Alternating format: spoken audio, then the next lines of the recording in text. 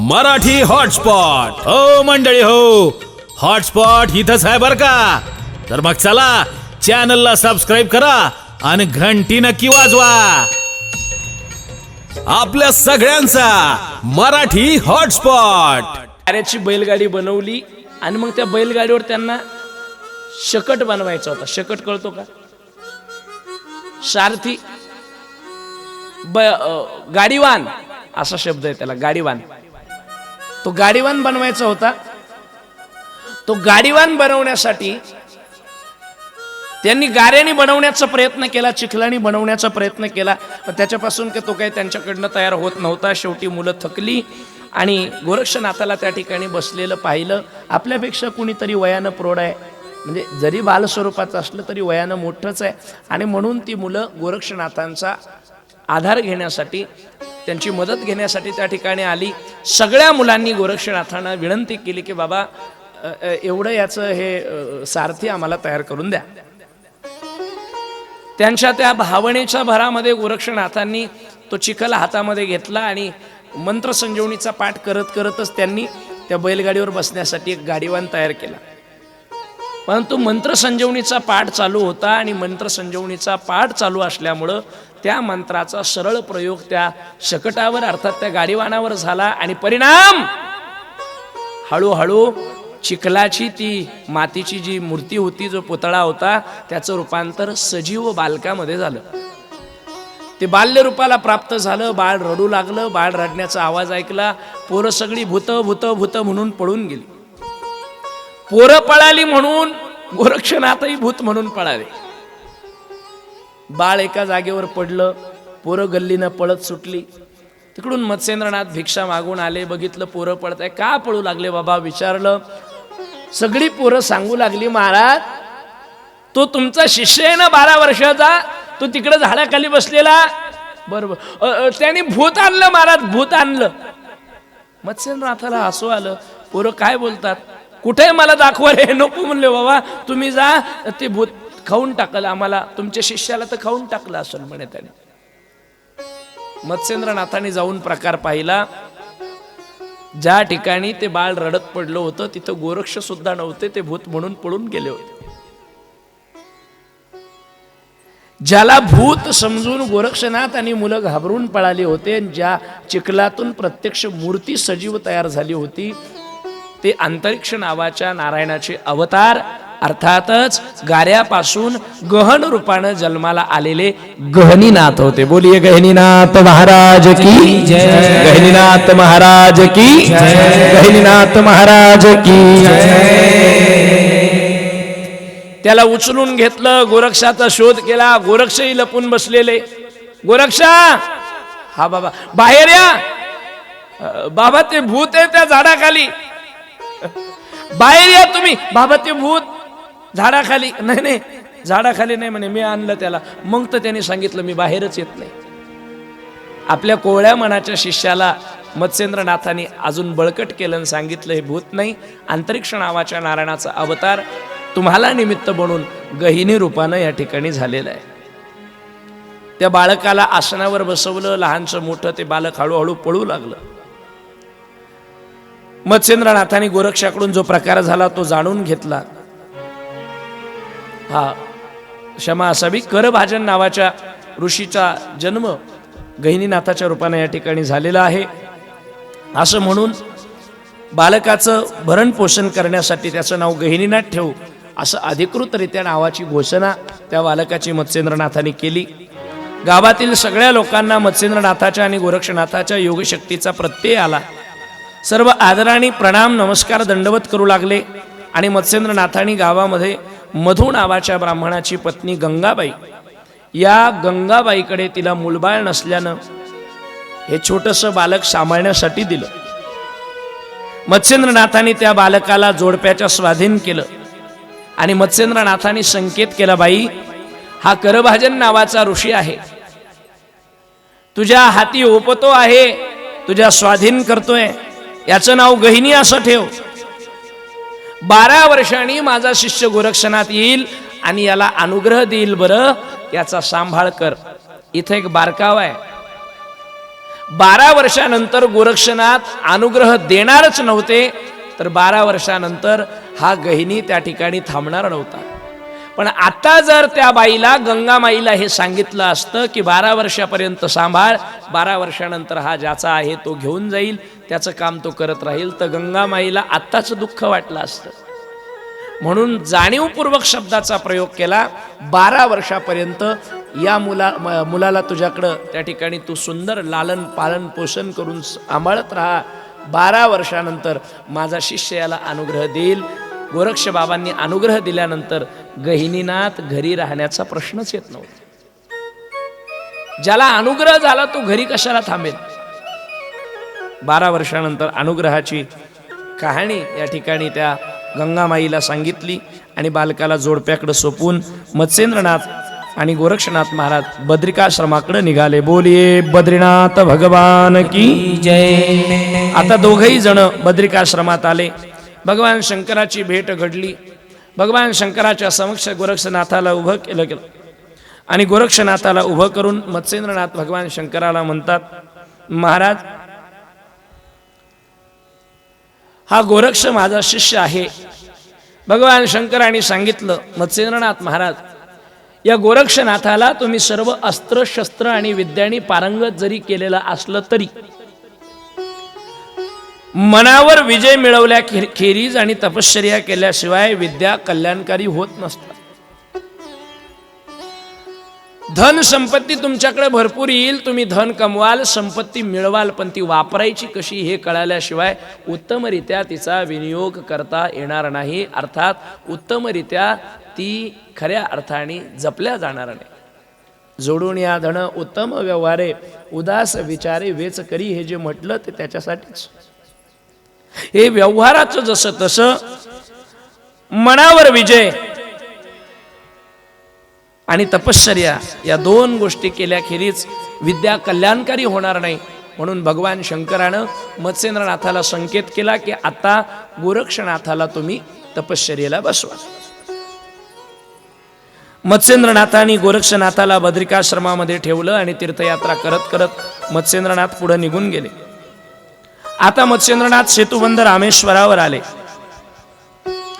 काही वर्षापूर्वी याच सेतुबंध रामेश्वरावर मत्स्येंद्रनाथाला हनुमंतरायाची भेट झाली होती आणि हनुमान, बजरंगबली आणि मत्स्येंद्रनाथ महाराज यांच्या दोघांमध्ये करार झाला होता. दोघांचं युद्ध झालं होतं. ती कथा मध्यंतरी येते. मुद्दाम आपण मागच्या वर्षी सांगितलेली असल्यामुळं या वर्षी ती पाहिली नाही विस्तारानं. करार झाला होता की स्त्री राज्यामध्ये आपण जावं. सेतुबंध रामेश्वरावर आले. हनुमंतरायाची पुनर्भेट झाली. हनुमंतरायाने मत्स्येंद्रनाथांना स्त्री राज्यामध्ये जाऊन स्त्री राज्याची जी स्वामिनी आहे, अधिष्ठात्री आहे, त्या मैनाकिनी सोबत, किलोतळे सोबत विवाह करण्याचं जे वचन मत्स्येंद्रनाथांनी हनुमंतरायाला दिलं होतं, त्या वचनाची आठवण करून दिली. हनुमंतरायांनी सांगितलं, गेली 24 वर्ष तुमच्या अनेक तीर्थयात्रा झाल्या. मी बऱ्याच दिवसापासून 24 वर्षापासून तुमची वाट पाहत होतो. आता तुम्ही स्त्री राज्यात गेलं पाहिजे. मत्स्येंद्रनाथांनी हनुमंतरायाचं म्हणणं मान्य केलं.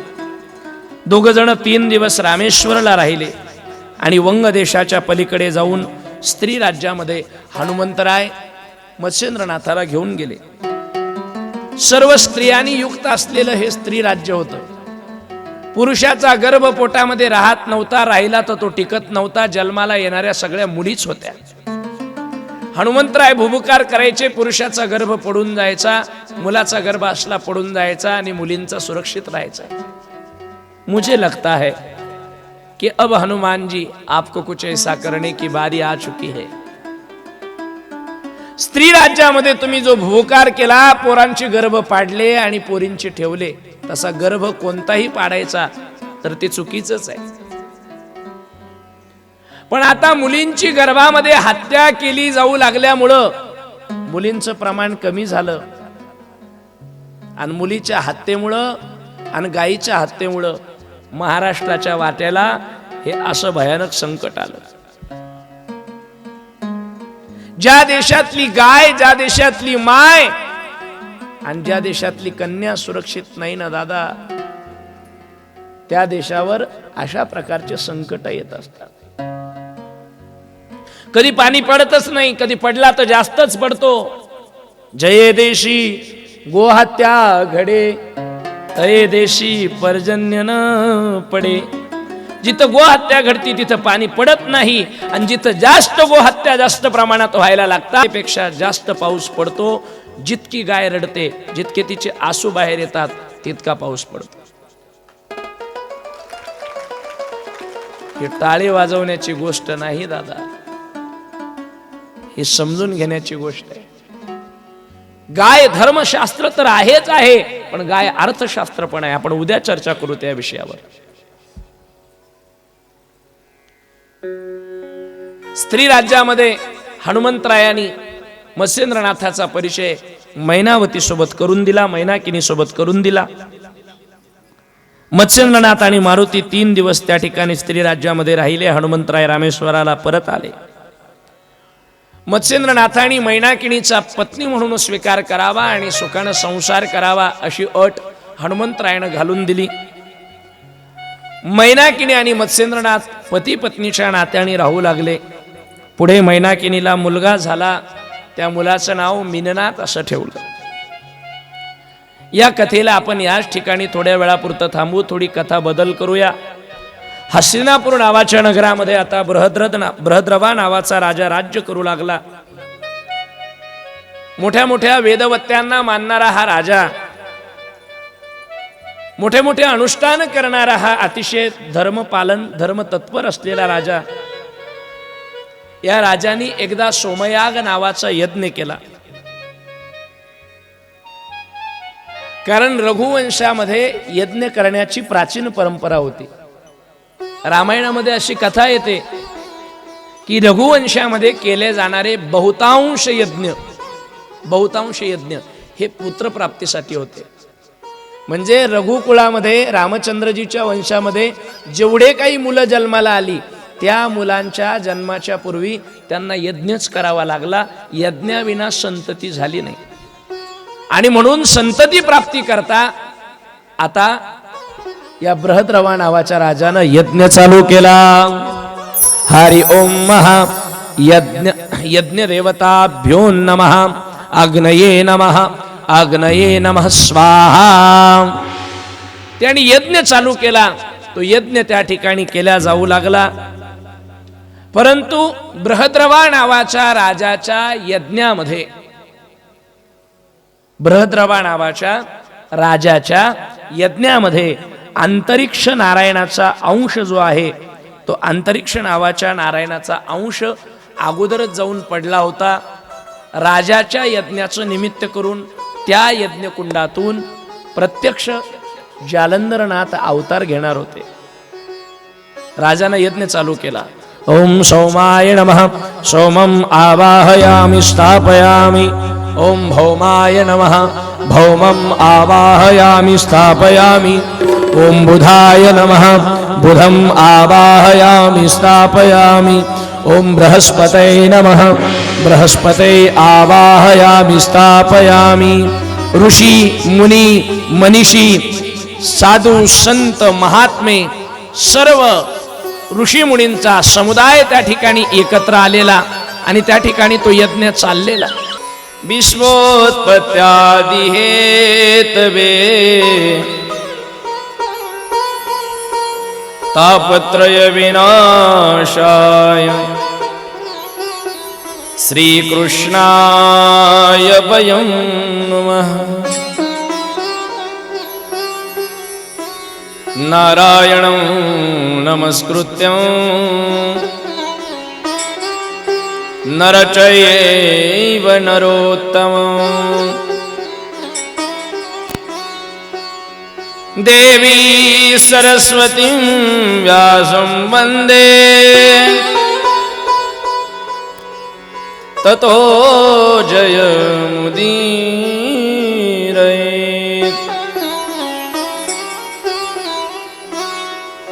भक्ति भगवंत भगवान गुरु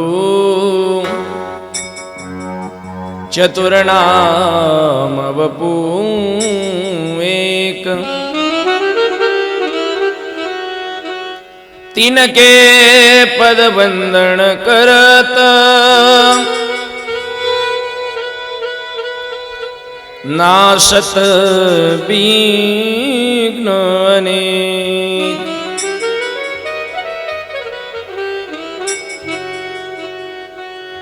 श्री राम राम राम रघुनंदन राम राम, श्री राम राम राम भरताग्रज राम राम, श्री राम राम राम रणकर्कश राम राम, श्री राम राम राम शरणं भव राम राम।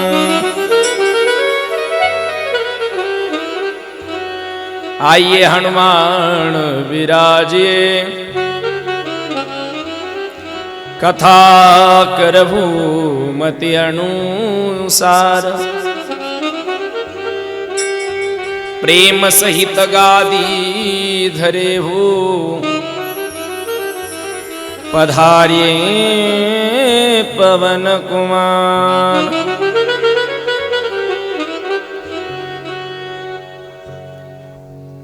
गुरु ब्रह्मा गुरु विष्णु, गुरुदेवो महेश्वरा, गुरु साक्षात् परब्रह्म तस्मै श्री गुरुवे नमः।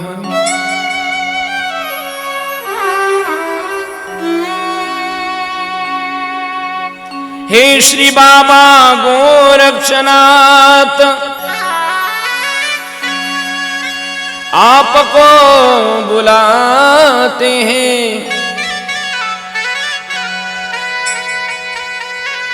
जाप जात वो प्रभु,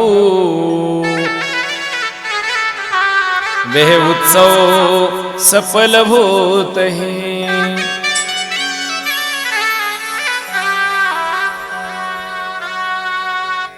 समचरण सरोजम सान्द्र नीलांबुदाभं, जगन्निहित पाणिं मंडनं मंडनानां, तरुण तुलसीमालां कंधरं कंजनेत्रं, सदैधवलहासं विठ्ठलं चिन्तयामि।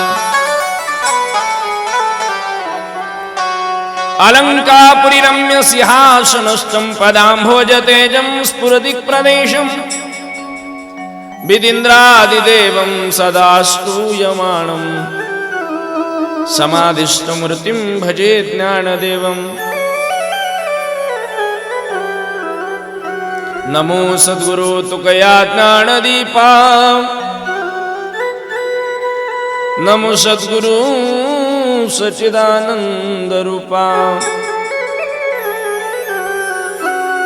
नमो सद्गुरु भक्त कल्याण मूर्ति,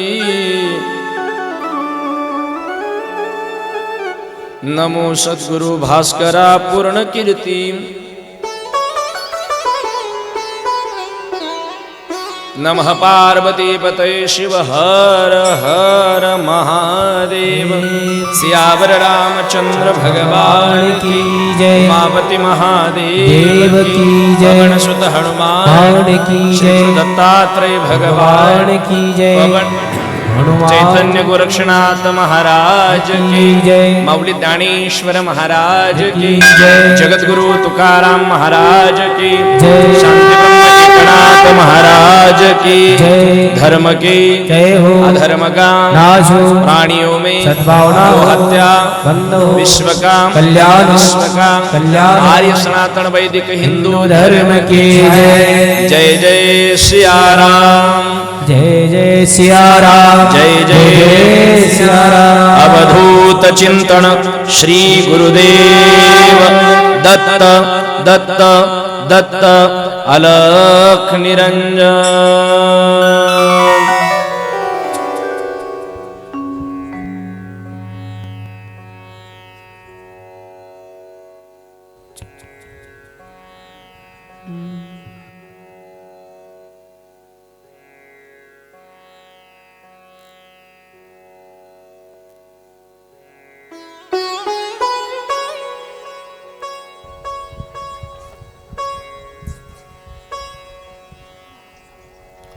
परम दयावान चितसार सिंधू अखिल कोट करुणा वृणालय चराचरामध्ये वास्तव्य करणारा भगवान परमात्मा प्रभूच्या अनंत लीला विग्रही तत्वानं नटलेली मूळमाया प्रकृती अधिष्ठात्री स्वरूप माता जगदंबा या गावाचं ग्रामदैवत या स्थानाची स्थानदेवता आपल्या सर्वांचं अधिष्ठान भगवान श्री चैतन्य गोरक्षनाथ महाराजांच्या पवित्र पावन दरबारामध्ये समस्त ग्रामस्थ खामगाव आणि श्री गोरक्षनाथ भगवान जन्मोत्सव समितीच्या माध्यमातून आयोजित असलेल्या संगीतमयी श्री गोरक्षनाथ महाराज चरित्र कथेच्या या प्रसंगी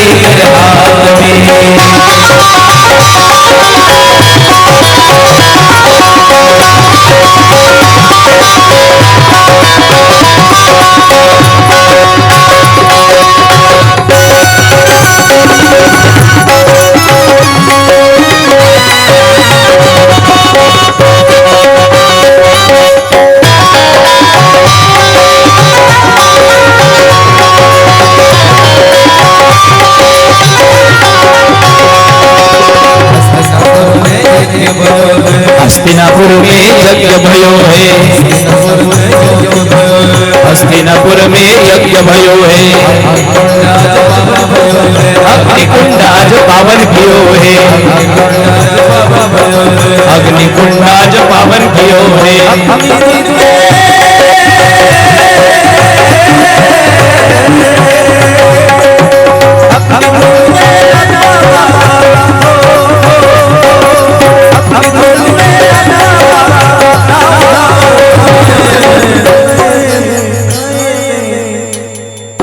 उत्सव मना, उत्सव मना, उत्सव मना, उत्सव मना। आरती लेकर हाथ में,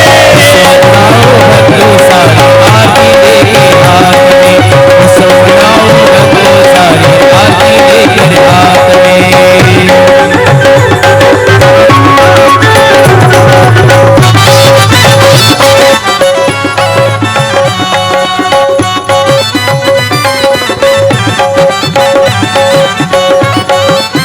थाली जरा आज कंजूसी से चल रही है।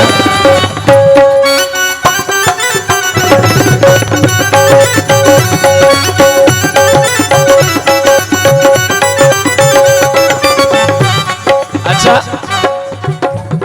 हमने पहले दिन कहा था कि हो सके तो व्रत और उपवास कर लेना।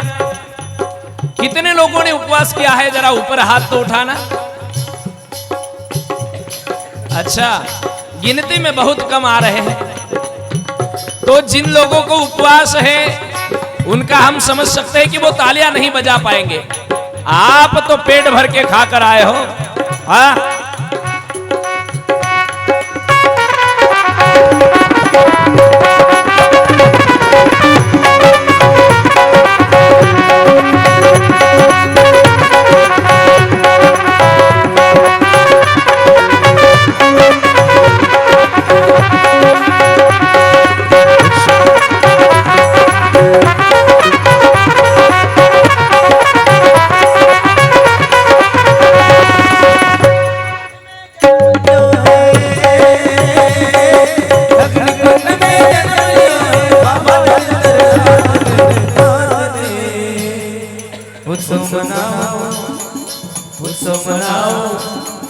उत्सव मनाओ भक्तों सारे आरती लेकर हाथ में, उत्सव मनाओ भक्तों सारे आरती लेकर हाथ में, उत्सव मनाओ भक्तों सारे आरती लेकर हाथ में, उत्सव मनाओ भक्तों सारे आरती लेकर हाथ में।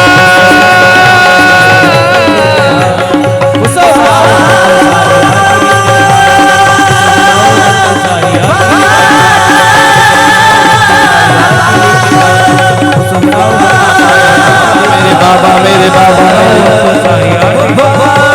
बाबा मेरे बाबा मेरे बाबा मेरे बाबा मेरे बाबा मेरे बाबा बाबा मेरे बाबा।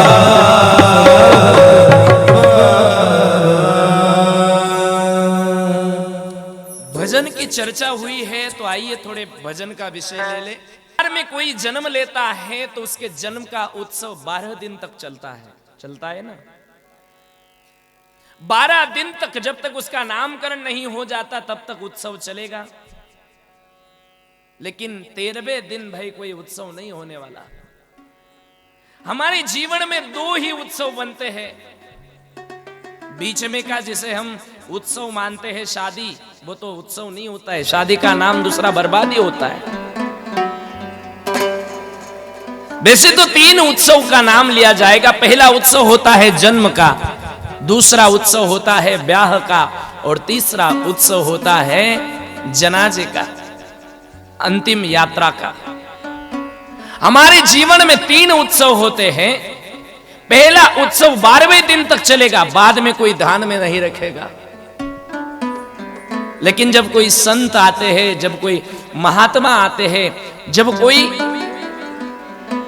विशेष रूप से भगवान से प्रमाणित किए हुए व्यक्ति आते हैं, पुरुष महानुभाव आते हैं, तो उनके जन्म का उत्सव हजारों करोड़ों साल तक समाज मनाते रहता है। ध्यान देना, जिंदगी का मतलब ये तो नहीं साहब सुबह को जन्म लिया, दोपहर में जीवन व्यतीत किया और शाम को चले गए। क्या इतनी छोटी है जिंदगी? वैसे तो जिंदगी की कड़ी 2 बातों में बंधी हुई है। मनुष्य जब जन्म लेता है तो पहला काम इस धरातल पर आने के बाद करता है सांस लेना, और आखिरी वाला काम करता है सांस छोड़ देना। सांस लेना और सांस छोड़ देना, इसके बीच में जो होता है वह जीवन होता है। लेकिन वो इतना भी ज्यादा नहीं है जितना हम समझ रहे हैं। मैंने कल भी इस पर चर्चा की। हम आए कब और चले गए कब, इसका हमें भी पता नहीं चलेगा, और आने वाली पीढ़ी इसे बड़ी सहजता के साथ भूल जाएगी। मैं एक प्रश्न विचारू का तुम्हाला? तुमच्या वडिलाचं नाव तुम्हाला माहिती आहे, तुमच्या आज्याचं नाव माहिती आहे, तुमच्या आजोबाच्या वडिलाचं नाव, तुमच्या पंजोबाचं नाव तुम्हाला माहिती आहे, त्यांच्या वडिलाचं नाव खापर पंजोबाचं नाव तुम्हाला माहिती आहे, त्यांच्या वडिलाचं नाव यदा कदाचित काय ढोपर पंजोबा म्हणतात त्याला, त्यांचं नाव तुम्हाला माहिती असेल। त्याच्या पलीकडे 2-3 अजून पिढ्यातली नावं तुम्हाला माहिती असतील। त्याच्या मागे जाऊन जर तुम्हाला विचारलं की त्यांची नावं सांगा, तर प्रत्येकाचं उत्तर माहिती नाही। आय नो, पता नहीं, इतना ही आने वाला है। 7 पिढ्याच्या पूर्वी आमच्या पूर्वजांची नावं आम्हाला माहिती नाही। 200, 250, 300 वर्षामध्ये आम्ही त्यांना विसरून जातो, ते आमच्या स्मरणात राहत नाही। पण आज 1000 वर्ष होऊन गेलीत, आज 750, 800, 900 वर्ष होऊन गेलीत। संप्रदायाचे प्रवाहक ज्ञानेश्वर महाराज आणि नाथ संप्रदायाच्या उज्ज्वल परंपरेचे नवयोगेश्वर नवनाथ आमच्या लक्षात राहतात, कारण ते सामान्य नाहीत, ते असामान्य। असामान्य व्यक्ती हमेशा स्मरण में रहता है। बैठ जाइए। आमचे पूजनीय पिताश्री, माझं अस्तित्व, माझं दैवत, माझे आधारस्तंभ, मला आध्यात्मिक साधनेमध्ये उभे करण्यासाठी ज्यांनी आधार दिला ते माझे पिताश्री, आमचे मित्र आप्पासाहेब दादा, समाधानराव, आमच्या आईसाहेब, सगळी मंडळी या ठिकाणी आलेली आहेत.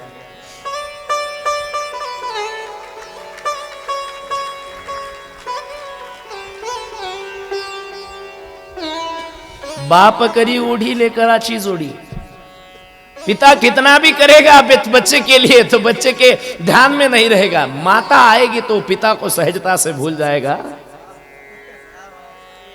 जगातला दुर्लक्षित बाप त्याचं जिवंत उदाहरण आहे. सगळ्यांचा आग्रह होता तुमच्या चिरंजीवांना घेऊन या. आता मोठे आले होते मागच्या वर्षी, त्यांच्या मागे लागून छोटे आले. दुपारी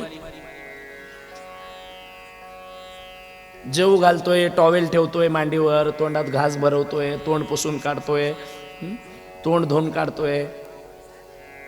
आई म्हटलं की जगातली सगळी नाते तोडून पोरं आईच्या कुशीत जातात. काय दिव्य रसायन आहे महाराज आई म्हणजे. ती माझी असू देत नाही तर तुमची असू देत. आई हे नाव शब्दातीत आहे. ते अथांग आहे, अपरिमित आहे, अखंड आहे, ओजस्वी आहे, तेजस्वी आहे.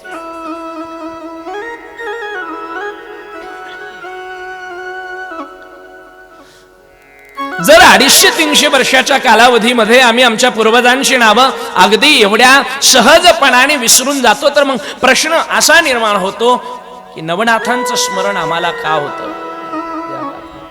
आमच्या सप्ताह संयोजन कमिटीचे संयोजक आमचे शिवाजी काका,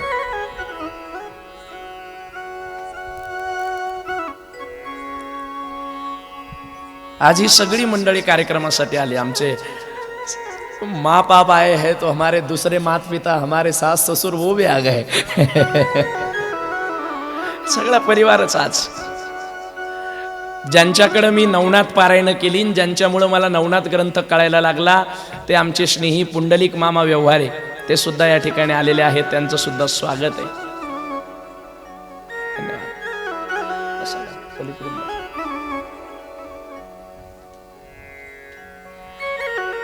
थोडी पलीकडे ओढून घ्या ना.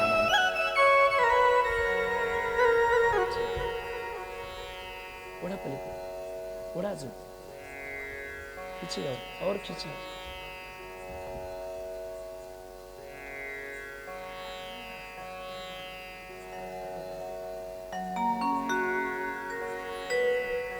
एक बार ताली बजाकर स्वागत करें इन सभी महानुभाव का.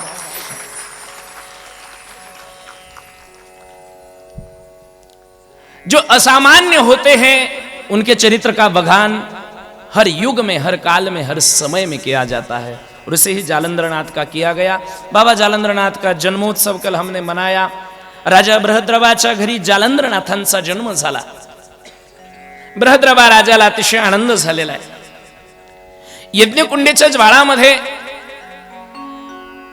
भगवान शंकरांनी ज्यावेळेस कामदेवाला दग्ध केलं, कामदेवाला दहन केलं, कामदेवाला दग्ध आणि कामदेवांचं दहन केल्यानंतर जो मूर्तिमंत काम त्या अग्निज्वाळेमध्ये शिल्लक होता, त्याचाच आविष्कार आणि त्या संधीचा फायदा घेऊन प्रत्यक्ष 9 नारायणापैकी एक नारायण अग्निकुंडातून उदित झाले. थोडी या नारायणाची जन्मकथा विलक्षण आहे. जालंधरनाथाचा जन्म बेवारस ठिकाणी झालेला नाहीये. तो एका राजाच्या यज्ञामध्ये, यज्ञकुंडामध्ये झालेला आहे. म्हणून जन्माचा सोहळा राजसी थाटाने झाला. 12व्या दिवशी बारसं केल्या गेलं. नाम क्या रखिए, जब पुरोहित से पूछा कि बच्चे का नाम क्या रखना है, तो पुरोहित ने कहा कि इसका नाम जालंधर रखिए, याचं नाव जालिंदर ठेवा. जालंधर का? जाल के अंदर, मतलब अग्नि के अंदर जो है, अग्नि के अंदर से जो प्रकट भया है, जाल अंदर, जाल के अंदर जो था उसका नाम जालंधर रखिए. बोलिए जालंधर भगवान की जय. नाव जालंधर ठेवलं. गजर केल्या गेल्या, गावामध्ये साखर वाटल्या गेली, अपार धन याचकी लोकांना त्या ठिकाणी लुटवल्या गेलं. मास संवत्सर वर्षानुवर्ष गतानुगतिक वेळ त्या ठिकाणी पुढे जाता झाला. आता जालंधर महाराज तारुण्य दशेला प्राप्त झाले. व्यवहार म्हणतो की बापाच्या पायाचा बूट पोराच्या पायाला यायला लागला की बापानी पोराच्या लग्नाचा विचार केला पाहिजे, असा व्यवहार सांगतो. पोराचा खांदा बापाच्या खांद्याला लागायला लागला की बापानं विचार करायचा आता लग्न केलं पाहिजे. वय वाढलं, तारुण्य दशेला प्राप्त झालेल्या जालंधरनाथाच्या लग्नाचा विषय मैं आपको 11वां अध्याय है भक्तिसार ग्रंथ का आणि ओवी क्रमांक आहे 41. राजा के मन में ये बात तो नहीं चली. राजा की जो पत्नी थी वो पत्नी ने संकेत किया कि देखिए आपको इतना भी नहीं समझ में आता, बच्चा ब्याह करने योग्य हो गया है, उसका ब्याह करा दीजिए. और अक्सर पुत्र का ब्याह करने की ज्यादा जिज्ञासा माताओं के मन में होती है.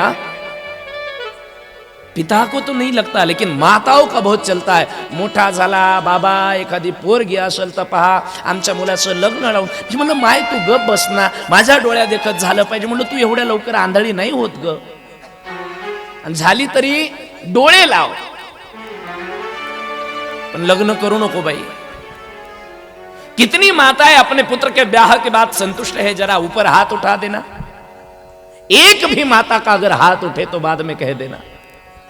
अपने पुत्र के ब्याह के बाद एक भी माता संतुष्ट नहीं होती है. चर्चा करेगी अपनी बहू की. कितने दिन तक करेगी? 2 दिन तक करेगी. पहिल्या 15 वाड्यात लग्न झाल्यानंतर तिच्या सुनाची चर्चा अख्ख्या गावभर करते. माझ्या सुनासारखी सून अख्ख्या गावात नाही. अशी सून भेटली तुला सांगते पुष्पाबाई. कोणी आहे का पुष्पाबाई? कुठं बसल्यात? हा पुष्पाताई अशी सून भेटली तुला सांगते. सकाळी उठते म्हणे, टेकवते, झाडून काढते, सडा समार्जन करते, मला चहा देते, दिराला चहा देते, सासऱ्याला शुगर झालं त्याला फिका चहा देते. फार अभ्यासाचे शब्द असतात त्यांचे. त्याला फिका चहा देते, दिराला दिरासारखं, नंदाला नंदासारखं, आणि त्यातल्या त्यात नंदन असावी घरात महाराज. अरे अरे अरे, ते नंदेचं शेमड कार्ट त्याला पण आवाज म्हणावं लागतं. नियमच तसे. 15 दिवस चर्चा. माझ्या सुनासारखी सून अख्ख्या गावात नाही. 15 दिवस चर्चा करते शिवाजी काका. 16व्या दिवशी म्हातारीच्या डोक्यावर टोपलं आणि म्हातारी शेतात रानात जायला निघाली की तिला विचारा, सगुणा काकू कस काय शेतात चालल्या? म्हातारी म्हणती, महाराज सुनकटलंय, खराब भेटलं हो. मैंने कहा तो 15 दिन पूर्व तो अपने बहू की चर्चा कर रही थी. मतलब ध्यान दीजिए, जब तक ब्याह नहीं होता तब तक माता शांत नहीं रहती है. तो राजा की जो रानी थी, पत्नी थी, उसने कहा कि जालंधर का ब्याह करवा दीजिए. ठीक है. पुरोहित मंत्री सर्व कामाला लावली. मंत्र्यांना पुरोहितांना सांगितलं, जा जालंधरनाथासाठी आपल्या राजपुत्रासाठी एक सुंदर सुलक्षणी मुलगी बघा. अब जो प्रत्यक्ष नारायण का अवतार है साहब, दिखने में ऐसा वैसा थोड़ी रहता होगा. एवढे सुंदर दिसत होते, प्रचंड तेज, जसा आकाशातला सूर्य जमिनीवर उतरला. दात असे दिसायचे जसे बासमती तांदूळ, केशभार असे कुरळे कुरळे केस, एवढे सुंदर दिसायचे. त्या राजांगणा जालंधरनाथाला जवळ घेऊन खेळायच्या. एरीकडे जालिंदर राजांगणा परम सुंदर, घेऊन अंकावर चुंबन लालणी घेतसे. प्रेमाने चुंबन घ्यायच्या राजांगणा. परम स्नेहाने वृद्ध दृष्टी पाहुनी बोले योग जेठी, धुर्मीन मंत्री मम दृष्टी दिसत नाही कामाते. तो वो जालंधर नाथ को जब अंक में लेकर वो उसके लालन मतलब लाड़ दुलार उनको कर रही थी, तो जालंधर नाथ ने इधर उधर देखा और उस राजांगना उससे पूछा कि आज मंत्रीगण नहीं दिखाई दे रहे, मंत्रीगण कहां गए? पूछा मंत्रीगण कहां गए? सावधानता से कथा सुनिए, हाँ बाद में फिर आपको कथा सुनने के लिए मिलने वाली है, क्योंकि कभी भी आपके पास मोबाइल रहेगा और यूट्यूब आप चलाओगे तो हर समय आपके पर्याप्त समय में आपको इस माध्यम से कथा फिर से श्रवण करने के लिए मिलेगी. विचारू लागले मंत्री कुठे आहेत? राजांगणा उत्तर देत्या झाल्या, हो येरी म्हणे पाडसा ऐक. पाडस शब्द हरणाच्या पिलाला वापरतात का? ते दिसायला सुंदर असतं. असं आपल्या पोरांना पाडस म्हणलं, आपलं इटकर घेऊन धावलं. जब तक आप नहीं थी तब तक वो सीधा था, आप आ गए, अब उसके मन में वो आए, जो आए वो करेगा. बापाचा धाक बाप हिटलर असतो ना पोरांच्या नजरेत. जोपर्यंत तो मी इथं होतो त्या नव्हत्या तोपर्यंत तो एकदम डोळ्याच्या धाकात होता. आता खडी फेकते खाली बसून.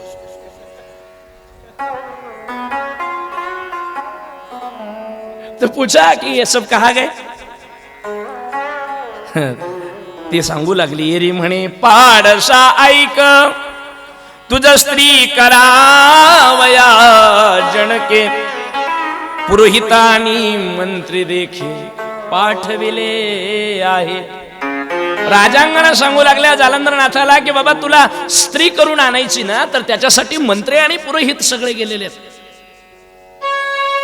येरी म्हणे स्त्री काय, स्त्री करायची मला? म्हणे हो.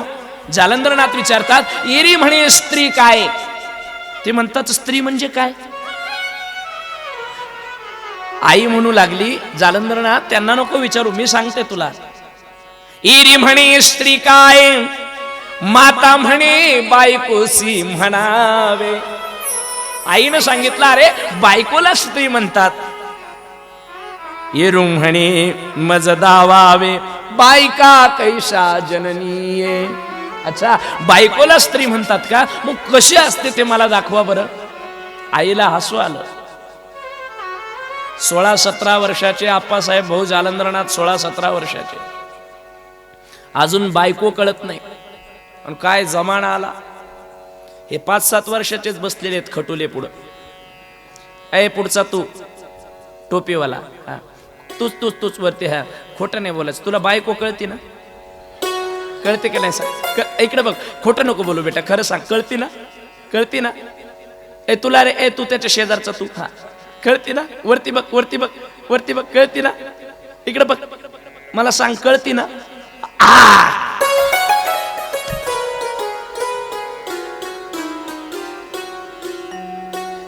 ये तो झाकी है, अभी बहुत कुछ बाकी है. 5 वर्षाची नार भ्रतार मागेल, 6 वर्षाची नार गर्भीन राहील.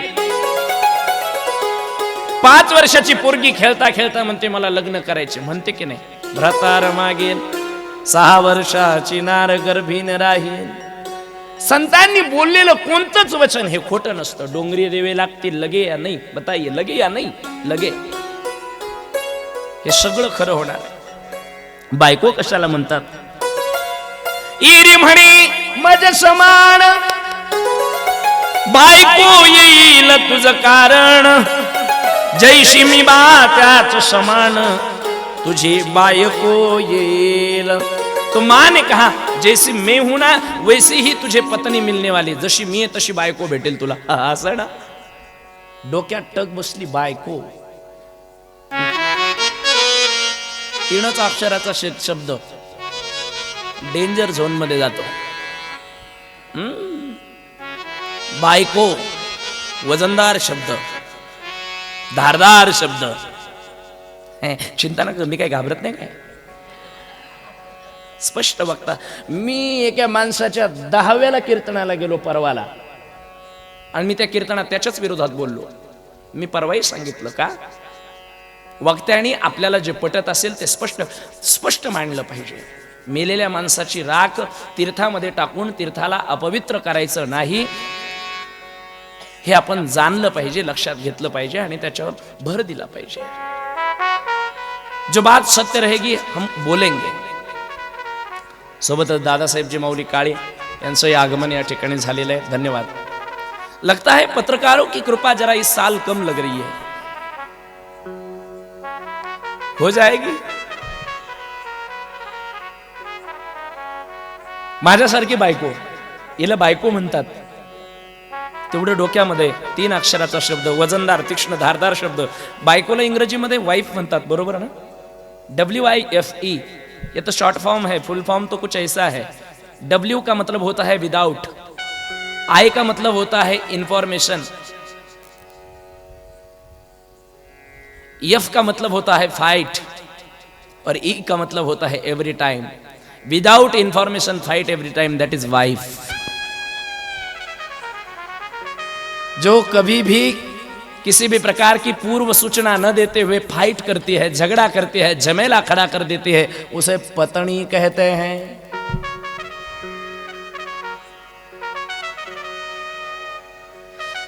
खेळता खेळता मुलांमध्ये आला आणि विचारू लागला, म्हणे गडे हो ऐका ऐकू, एक तात माता करी ती बायकू, की कासयासाठी अर्थ कौतुकू करी ती बायकू ते सांगा. कई बच्चों में जिज्ञासाओं की भावना होती है. देखिए, कई बच्चे ऐसे होते हैं कि सवाल पर सवाल खड़े कर देते हैं आणि त्यांना तो प्रश्न जो आहे तो पडावा याच्याकरता जुन्या काळात पोरांना एक गाणं होतं, चांदू मामा टोपी दे. नए बच्चे को नहीं पता है. तुम्हाला माहिती आहे गाणं? म्हणून दाखवतं कोणी?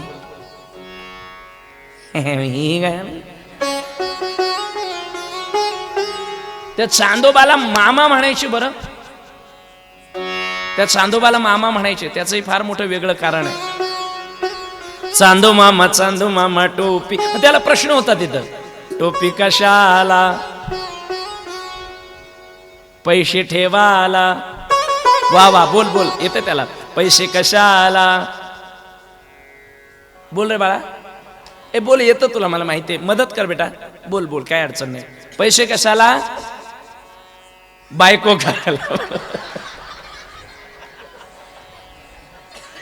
मला माझ्या 2 प्रश्नाचं उत्तर मिळालं एकदाच.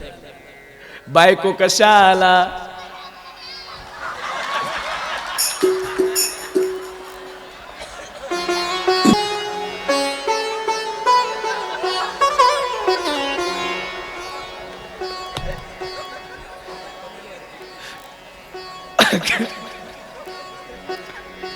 ए पोर कशाला. मोठ्याने सांगा. बाबा म्हणाला. आता पुढचं नाही विचारत, बाबा कशाला. कारण जगातल्या सगळ्या बाबांच्या वाट्याला तीच अवस्था आहे. बाबा झालेले सगळे त्याच कामात आहेत. दृष्टांताला बाजूला टाका, थोडं दृष्टांतातलं मर्म समजा, मार्मिकता ऐका. चांदू मामा टोपी दे, टोपी घेतली, विषय संपला. मुलाची जिज्ञासा वाढावी, त्याच्या मनामध्ये प्रश्न विचारण्याची जी आहे ती धारणा तयार व्हावी, म्हणून त्याला ते गाणं शिकव. टोपी कशाला, कशाला तरी असेल, टोपी हवी आहे तर कशाला हवी आहे. पैसे ठेवायला, पैसे कशाला पाहिजे. त्याच काळामध्ये सांगून दिलं होतं पैसे कशाला पाहिजे. बायको करायला कळत नव्हतं रे, तुम्हाला कळत नव्हतं. आता बायको करायला पैसेच लागतील. तुम्ही अभ्यास केला नाही का? आता बायको करायला पैसे, त्या काळात आमचे म्हातारे म्हणून ठेवत होते, पैसे कशाला, बायको करायला लागतात की नाही. आता ते म्हणते जेवणासकट आम्ही करतो, तुम्ही फक्त हाव म्हणा.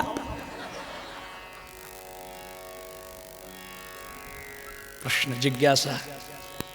छोटे जालंधरनाथ, तारुण्य दशेतले जालंधरनाथ जिज्ञासा घेऊन मुलामध्ये गेले आणि मुलांना विचारू लागले, अरे मित्रांनो, काय आज माझे आई बाबा माझ्या लग्नाविषयी, बायकोविषयी चर्चा करत होते.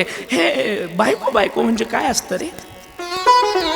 तब ते बोलती विचक्षण, बहुशटपणी बोलती हसून, जालंधर बुद्धिहीन बायकोही कळेना. हे बघा, नवनाथ ग्रंथ तुम्ही 1000 वेळेस ऐकला असेल, पण याच्यात काही बारकावे आहेत आणि ते 9 दिवसाच्या पारायणात ऐकल्या जात नाहीत, कारण तेवढा विस्तार करायला वेळ नसतो. ते टार्गेट पूर्ण करायचं असतं, एका दिवसात 2, 4, 6 अध्याय. आता इथं बारकावा सांगतो मी या मुद्द्याला धरून. मुलं हसू लागले जालंधरनाथाला की किती तू विलक्षण माणूस, तुला बायको कळत नाही. एक बाजू आहे का, ज्या वयाचे जालंधरनाथ त्याच वयाची मुलं, बरोबर. मग ज्या वयाचे जालंधरनाथ त्याच वयाची ती मुलं असतील आणि त्यांना जर बायको कळत असेल, ते काय म्हणतात की तुला बायको कळत नाही, याचा अर्थ त्यांना कळते. त्यांना जर कळत होती तर जालंधरनाथांना का कळत होती? Different by different. फरक काय? फरक असा आहे की त्या मुलांचा पिंड जो होता तो प्रापंचिक कामनेतून उत्पन्न झालेला होता. पती पत्नीच्या मिलनातून, संसाराच्या कामनेतून, कामरसातून त्यांच्या जन्माची कहाणी लिहिल्या गेलेली होती. म्हणजे त्यांचा जन्म हा वासनेतून झालेला होता, त्यामुळे वासनेची माहिती त्यांना होती. परंतु जालंधरनाथाचा जन्म हा वासनाविरहित होता आणि लग्न हा वासनेचाच एक प्रकार आहे. त्यामुळं त्या कारणाने त्यांना बायको कळत नव्हती. मुलं म्हणतात, मग म्हणती ते मूर्खाईक, बायको करीता संसारनिक, विषय सुखाचे पूर्ण भातुक जगा माझी मिरवतसे. यांनी सांगितलं, अरे बायको विषयाच्या सुखाला उपभोगण्यासाठी करायची असते. आता विषय सुख सुद्धा माहिती नव्हतं. विषय सुख सुद्धा माहिती नव्हतं. विषय सुख म्हणजे काय? पुढचा प्रश्न विचारला. पोरं म्हटले, सांगतीन ठेवता गो आई, ते ऐकून थरारून जाई. अरे बाबा, विषय सुख म्हणजे ते ऐकल्यानंतर थरार निर्माण होतो बाबा, ते भोगणं तर दूरच. पुन्हा एक दुसरा प्रश्न या ओवीला धरून. थोडी शंका मला अशी निर्माण होते की एवढी छोटी छोटी मुलं जर विषयाच्या गोष्टी आणि गप्पा करत असतील आणि विषयाला जाणत असतील तर ती सुद्धा अधिकारानं संपन्न असली पाहिजे. त्याच वयामध्ये विषय काय असतो याचं पुरेपूर ज्ञान ते जालंधरनाथाला देत आहेत. आगा जग हे परम अधम. मुलांचे वाक्य आहेत, आचरण आचरती परम दुर्गम, जे का जगाचे उत्पत्ती स्थान, तेची रमणी रमतात, तरी आपण करू नये ऐसे, याचा मनाला सबळ त्रास, ऐशी रचून विवेकास, मुलातून निघाला. मुलांनी सगळी माहिती दिली, विषय कशाला म्हणतात. आणि जेव्हा ज्ञानाचा प्रकाश प्रज्वलितो ज्ञानमय प्रदीपाहा, जगातले सगळे प्रश्न एखाद्या विषयाला जाणेपर्यंत अनुत्तरित राहतात. ज्या दिवशी त्याचं पूर्ण ज्ञान होतं त्या दिवशी मनुष्य खऱ्या अर्थाने सुखी होतो. कल्पना केली, जिथे जगाचं उत्पत्ती स्थान आहे त्याच विषयाला पुन्हा पुन्हा जर स्पर्श करायचा तर मग काय काय गरज आहे हे सगळं करण्याची. असं म्हणून मुलातून जालंधरनाथ निघाले. मनात विचार करू लागले की माझ्या आईला मी विचारलं होतं बायको कशाला म्हणतात, तेव्हा माझी आई मला सांगत होती मी जशी आहे ना तशी तुला बायको आणायची. अरे मग आई जशी तशी बायको. आईसोबत कुणी विकाराचा व्यवहार करतं का वासनेचा? नको नको, अधर्म वाटतो मला हा. आणि म्हणून ग्रामद्वारावरून जालंधरनाथ जंगलाच्या दिशेनं जायला निघाले. दुसरा प्रश्न असा आहे, तुम्ही म्हणाल मग ग्रामाच्या द्वारावर उभ्या असलेल्या द्वारपालांनी जालंधरनाथांना अडवलं नाही का? अडवलं असतं. राजनंदन पाहुणिया धाक हटकावया ते थांबले. राजाचा पोर आहे, वाटेल तिथं जाईल, त्याने इच्छा केली असेल, तो जात असेल आणि आपण जर थांबवलं तर यदा कदाचित अडचण होईल, म्हणून ते त्या ठिकाणी थांबले. बुद्धीचा विवेक, एक विवेकी असा प्रधान होता, चतुर शिपाई होता. त्यानं राजाला जाऊन सांगितलं, राजसाहेब राजपुत्र, राजकुंवर महाराज आत्ताच मुख्य ग्रामद्वारातून जंगलाच्या दिशेने निघाले. राजा अतिशय चपळ आणि विलक्षण होता. राजानं त्या तरुणी पूर्ण झाडांनी दाट असलेल्या त्या जंगलामध्ये अनेक प्रकारचे शिपाई आणि आपलं सैन्य राजपुत्राच्या शोधासाठी पाठवले. चपळ असलेले योगेंद्र श्री जालंधरनाथ महाराज पर्वताची दरी पाहून पाहून उत्तर दिशेनं निघून गेले. राजा स्वतः शोध मोहिमेमध्ये उतरला, परंतु हातामध्ये काही पडलं नाही. राजाला जालंधरनाथाचा शोध लागला नाही. संध्याकाळ झाली, सर्व निराश झालेले परत पुन्हा आले.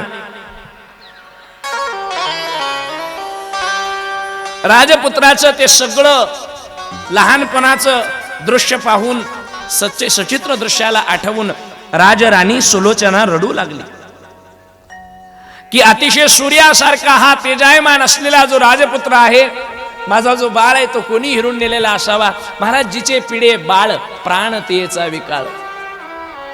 जिच्या मुलाला पीडा झाली त्या आईला जाऊन विचारा की त्या मुलापासून मुलाच्या संबंधानं निर्माण झालेली पीडा काय असते. मग ती मुलगा निघून जाण्याचीच नाही, मुलानं दुःख देण्याची सुद्धा, मुलाने दुःख देण्याची सुद्धा. त्या आईला विचारा.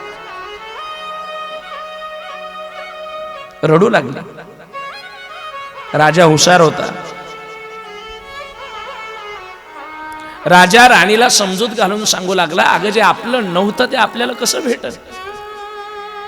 हा महाराज, मला सांगा, आता पाऊस पडला, पावसाने कहर केला, होत्याचं नव्हतं झालं, सगळं संपलं. शास्त्र असं सांगतं, भूतकाळावर चर्चा करून वर्तमानाला खराब करण्यात मजा नहीं। देखिए लाइव के बजाय मतलब जो मोबाइल में लाइव कर रहे हैं उनको छोड़कर जितने भी श्रोताओं के हाथ में मोबाइल फोन है उसे बंद कर दीजिए, स्विच ऑफ कीजिए।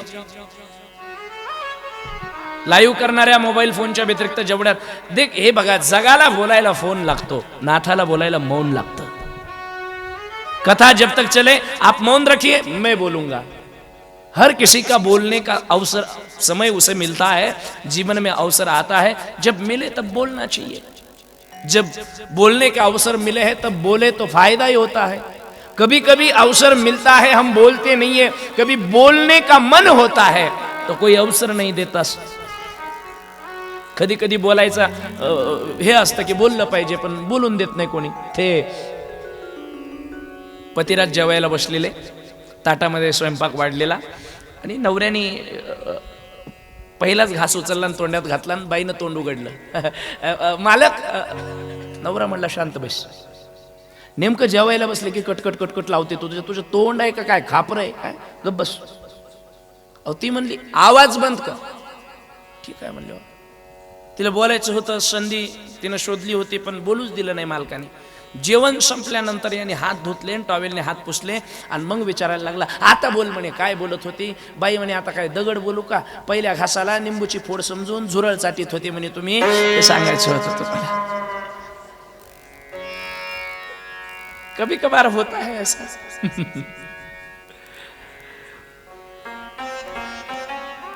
जालंधरनाथ शोध लागला नाही। पर्वतदरीमध्ये गुहेमध्ये संचरत काळोखी रात्र दाटलेली आहे आणि जालंधरनाथ जंगलामध्ये एका झाडाच्या बुंध्याला पाठ टेकून झोपलेले। आता तुम्ही म्हणाल जालंधरनाथ झोपले का? आपल्या व्यवहाराच्या डोळ्याने ते झोपलेत, नाही तर त्यांना झोप नाही। ये बाबा गोरखनाथ भी कभी सोते नहीं, सोते नहीं। देखो भगवान को सुलाते हैं, वो तो औपचारिकता करते हैं हम। भगवान सोएगा तो हम जिंदे रहेंगे? बताइए, नहीं रहेंगे। तो झोपेल तर आम्ही जिवंत नाही राहू, तो झोपत नाही। आणि त्यातल्या त्यात हे योगी आहे। जो जागी आहे तो योगी आहे आणि जो झोपलेला आहे तो भोगी आहे। जो जागेल त्याला देव भेटेल, जो झोपेल तो संधी गमावून टाकेल। इसलिए ना बाबा गोरखनाथ सोते हैं, ना मत्स्येंद्रनाथ बाबा सोते हैं, ना जलंधर बाबा, ना कानिप बाबा सोते हैं। अरे नाथ पंथी तो गांव में आकर सभी को जगाते हैं कि हे मुसाफिर कब तक सोएगा, उठ जाग, अब भोर भई है। क्योंकि जो जागेगा वो पाएगा और जो सोएगा वो खो देगा।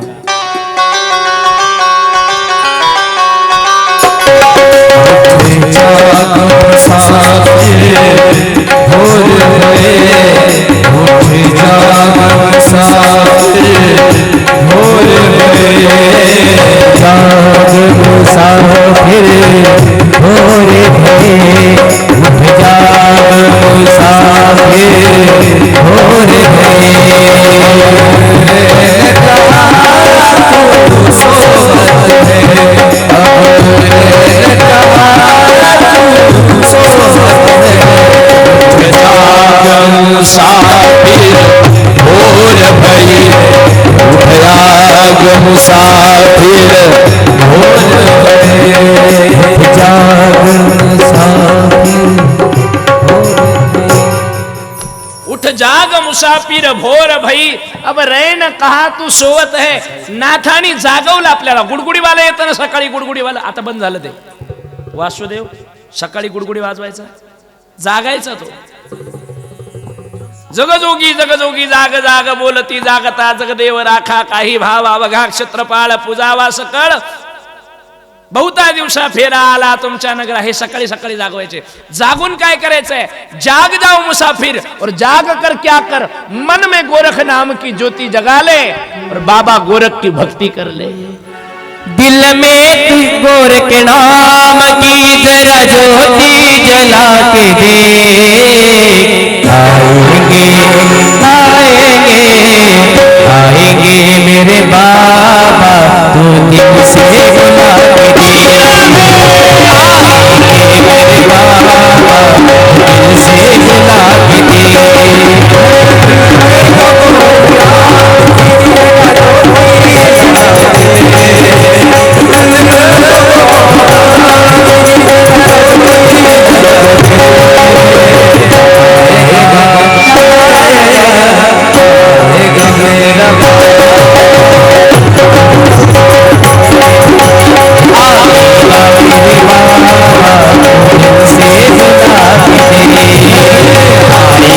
मेरे बाबा तू दिल से बुला के दे। मेरे बाबा दिल से बुला के दे।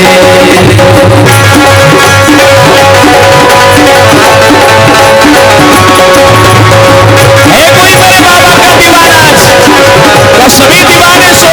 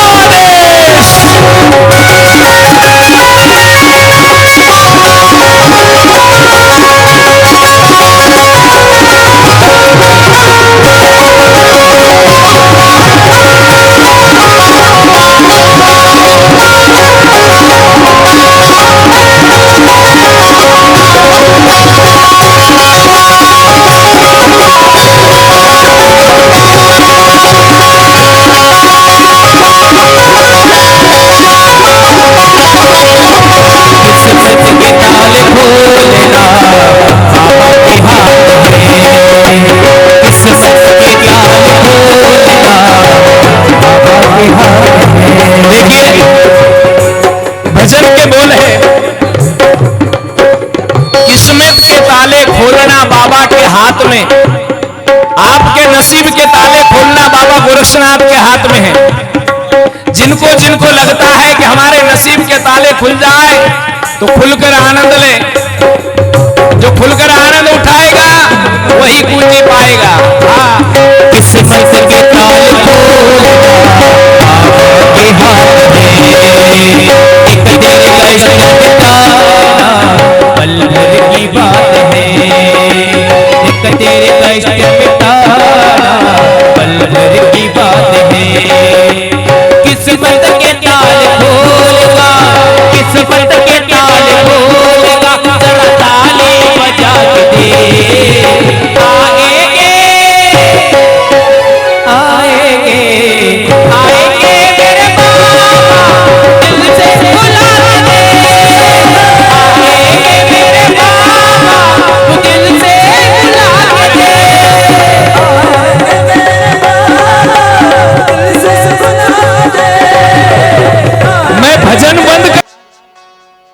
बाबा गोरख बाबा को चाहने वाले उधर बहुत है, इसलिए हमने तो बाबा गोरक्षनाथ के जन्म पर जो भजन गाया, मन बाहर काढ़ लिए वो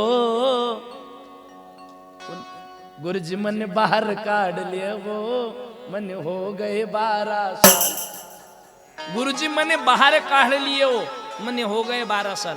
हरियाणी भाषा है, हरियाणा की। और बाबा गोरख करे, मेरे मन में तो चल रहा एक कथा में हरियाणा में जाकर करूं, लेकिन मैं बाद में हरियाणा में कथा करूं या गोरखपुर उत्तर प्रदेश में करूं, इतना तो जरूर ध्यान में रहेगा कि मैंने पहली कथा गोरख बाबा के चरणों में खामगांव में की है। या आजकल तालियां जरा कम आ रही है, आप लोगों के हाथों में दर्द हो रहा है क्या? कंस सोलू सोलू, मेड इन फैक्ट्री कंस सोला।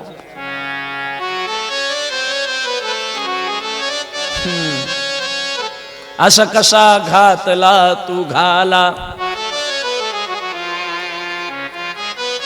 निसर्गाने कहरच केला, जनावराचा कडबा झाला ओला, सगळे करती एक जपाता कंस सोला। काय करणार, जे तुमचं तेच आमचं। जो जागी आहे तो योगी आहे, असा आपला मुद्दा होता। झोपले नाही, टेकून पडले झाडाला जालंधरनाथ। बिपिनी वनवा लागला बहुत, पुढे ते कानन अग्नी जाळीत, झाले असे विपरीत तया पाशी पातला। ज्या दरीमध्ये जालंधरनाथ झाडाजवळ बसले होते, ती दरी घनदाट होती, वाळलेलं गवत तृण त्या ठिकाणी पांगलं होतं।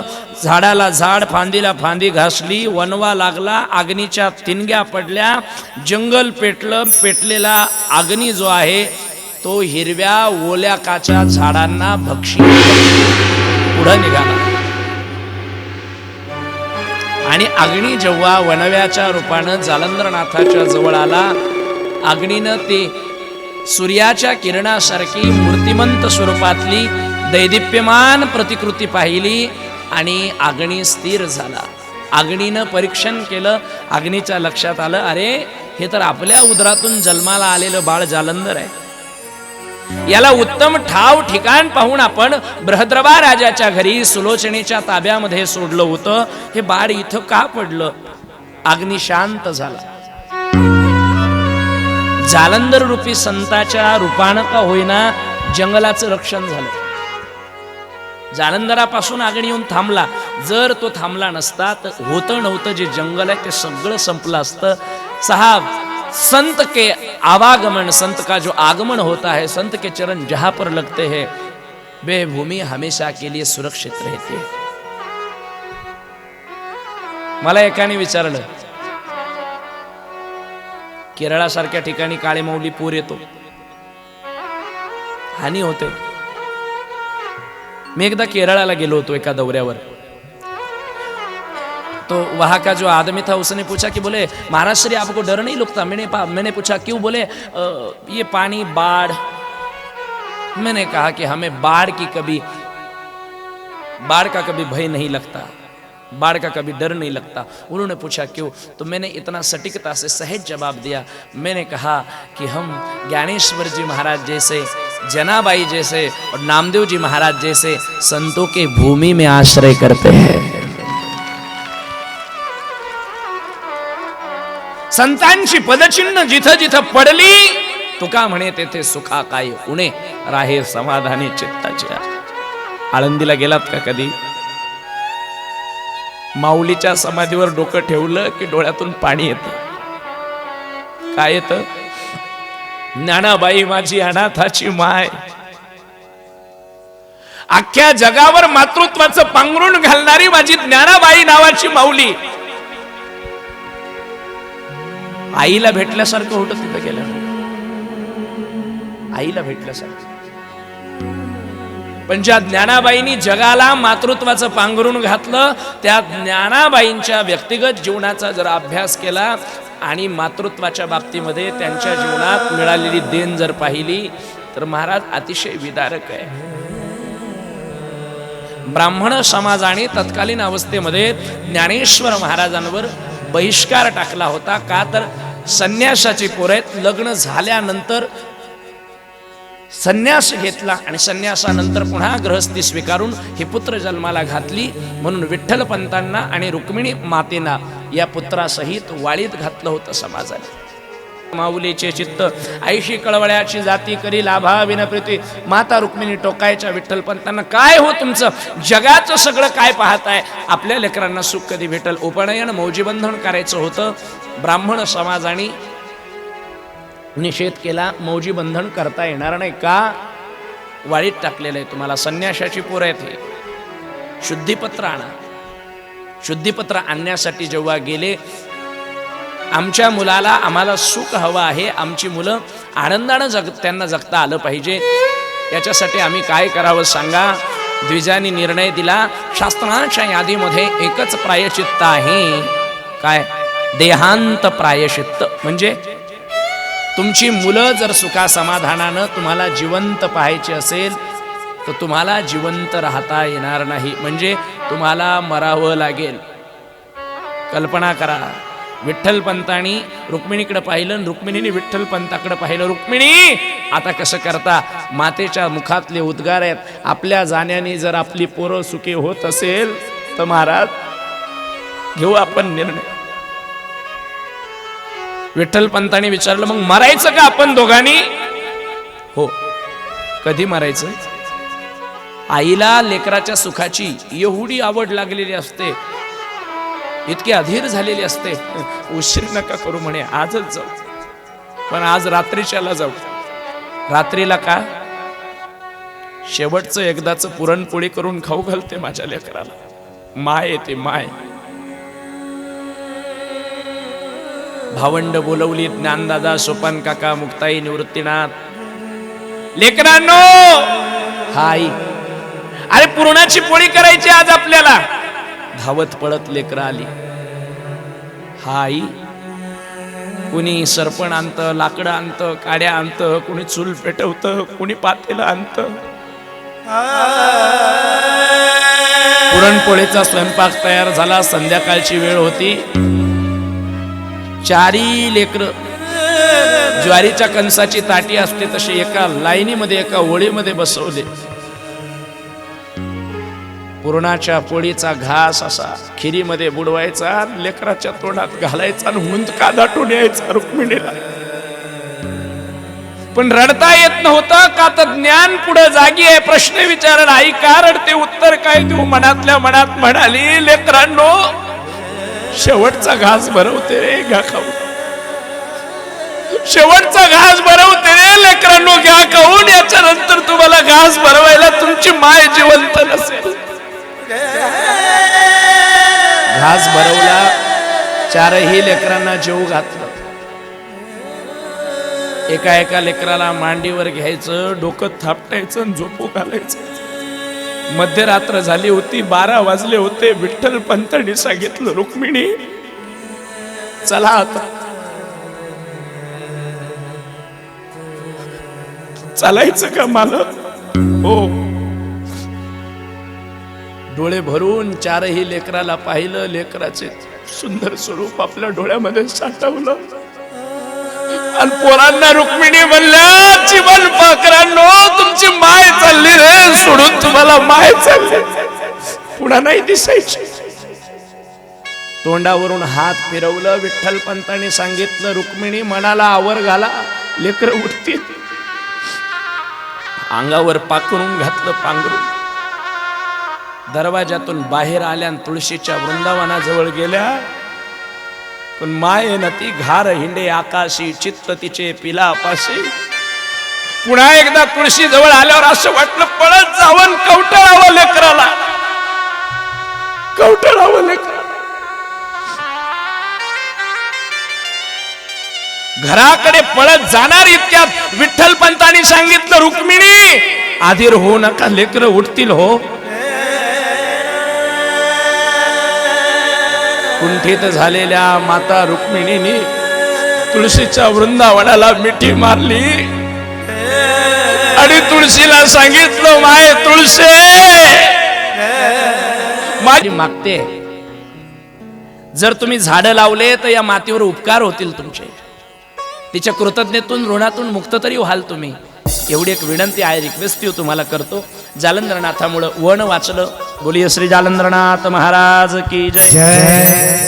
जालंधरनाथामुळं वन वाचलं. जालंधरनाथाला अग्नीने जागवलं. तुम्ही इथे कसे आलात? म्हटले मी इथे कसे आलो ते नंतर सांगतो, तुम्ही कोण आहे ते सांगा. जालंधरनाथाने सांगितलं, आम्ही तुमचे वडील, तुमचे पिता. तुम्ही? हो. सगळं पुढं एकमेकाचा परिचय झाला, दोघांचं बोलणं झालं. जालंधरनाथाला खांद्यावर घेतलं अग्नीनी आणि बद्रिकाश्रमामध्ये भगवान दत्तात्रयापर्यंत ते घेऊन गेले. हे आमचे व्यवहारे मामा आहेत. मामा किती पारायण झाले असतील? कमीत कमी आपले 20-25. अगोदर आमच्याकडे एक दुसरे पारायण वाचक होते, ते पारायण करायचे त्यांच्याकडं. बाबा ते वारले, नंतर माझ्याकडे जबाबदारी आली. मग आमचे गिरी गुरुजी, त्यांचे व्यायी आहेत तुमच्या गावामध्ये. माझे जे गुरु आहेत, ज्यांनी पहिल्यांदा माझ्या गळ्यात माळ टाकली, पहिले गुरु प्रेमगिरी रतनगिरी गिरी, त्यांनी बरेच दिवस वाचलं. आणि नंतर मग आता आमचे शिवाजी काका. म्हणून हे मला जो प्रसाद आहे ना, मी जे महाराष्ट्रात फिरतोय ना, मी नाथाच्याच भरोश्यावर फिरतो महाराज. खांद्यावर घेतलं, बद्रिकाश्रमामध्ये नेलं. बद्रिकाश्रमामध्ये गेले, दत्तात्रयाला आलिंगन दिलं आणि अग्निनंदनाने दत्तात्रयाच्या पुढे जालंधरनाथाचा परिचय करून दिला. अग्निदेवाने सांगितलं, महाराज सोमयागामध्ये अंतरिक्ष नावाच्या ऋषीचा हा जो तेजरूपी अशा प्रकारचा देह आहे, तो जालंधर रूपानं प्रगट झालेला आहे. प्रपंचातून विरक्त झालेल्या या जालंधराला सर्व गुण आणि विद्या संपन्न करायचा आहे. म्हणून महान अशी आत्मविद्या आपण यांना प्रदान करावी, अशा प्रकारची विनंती श्री अग्निनारायणांनी दत्तात्रयाकडे केली. जालंधराच्या मुखावरचे अष्टसात्विक भाव पाहून दत्तात्रयांना आनंद झाला. दत्तात्रयाने जालंधरनाथाला 12 वर्ष बद्रिकाश्रमामध्ये स्थिर राहून तपश्चर्या करण्याचं आवाहन केलं. जालंधरनाथाने गुरु आदेशानं त्या सगळ्या कर्माला स्वीकारलं आणि होकार दिला. जालंधरनाथाने दत्तात्रयांच्या सानिध्यामध्ये राहून 12 वर्ष उग्र तपश्चर्या केली. सर्व ज्ञान प्राप्त झाल्यानंतर 12 वर्षानंतर सर्व देवी देवतांचं अद्भुत दर्शन त्यांनी केलं. देवी देवतांनी अनेक प्रकारची वर त्यांना प्रदान केली. जालंधरनाथांना आता दत्तात्रयांनी परत अग्निनारायणाच्या स्वाधीन केलं. अग्निनारायणाला आनंद झाला. पण अजून पुढं 12 वर्ष तुम्ही तप करावं, अशी या ठिकाणी खऱ्या अर्थाने एक सूचना परत अग्निनारायणाने दिली. 12 आणि 12 24. अन्य नाथांना 12च वर्ष आहे, पण यांना डबल आहे. हे काय माहितीये? याचं कारण असं आहे, अन्य नाथांनी 12च वर्ष तप केलं आणि त्यांच्या सिद्ध्या फळाला आल्या, पण यांना परत तप करायला लावलं. कारण कळत न कळत यांचा संपर्क प्रापंचिक लोकांना झालेला होता. आजार जेव्हा छोटा असतो तेव्हा एका गोळीनं जातो, पण आजार जेव्हा मोठा असतो तेव्हा सलाईन लावावं लागतं. फक्त बृहद्रवा राजाच्या घरी राजशी थाटामध्ये झालेला सन्मान आणि त्या पद्धतीनं जगलेलं जीवनमान, त्याच्याकरता डबल दुप्पट बोनस म्हणून अजून 12 वर्ष तप करा. 24 वर्ष तप करावं लागलं. जालंधरनाथांनी तप केलं. प्रत्यक्ष बद्रीनारायण भगवान हे जालंधरनाथाला आशीर्वाद देण्यासाठी आले. बोलिये बद्री विशाल की जय. जालंधरनाथाचं तप पूर्ण झालं. बद्रीनाथ आले. आता एक सुंदर कथा आहे.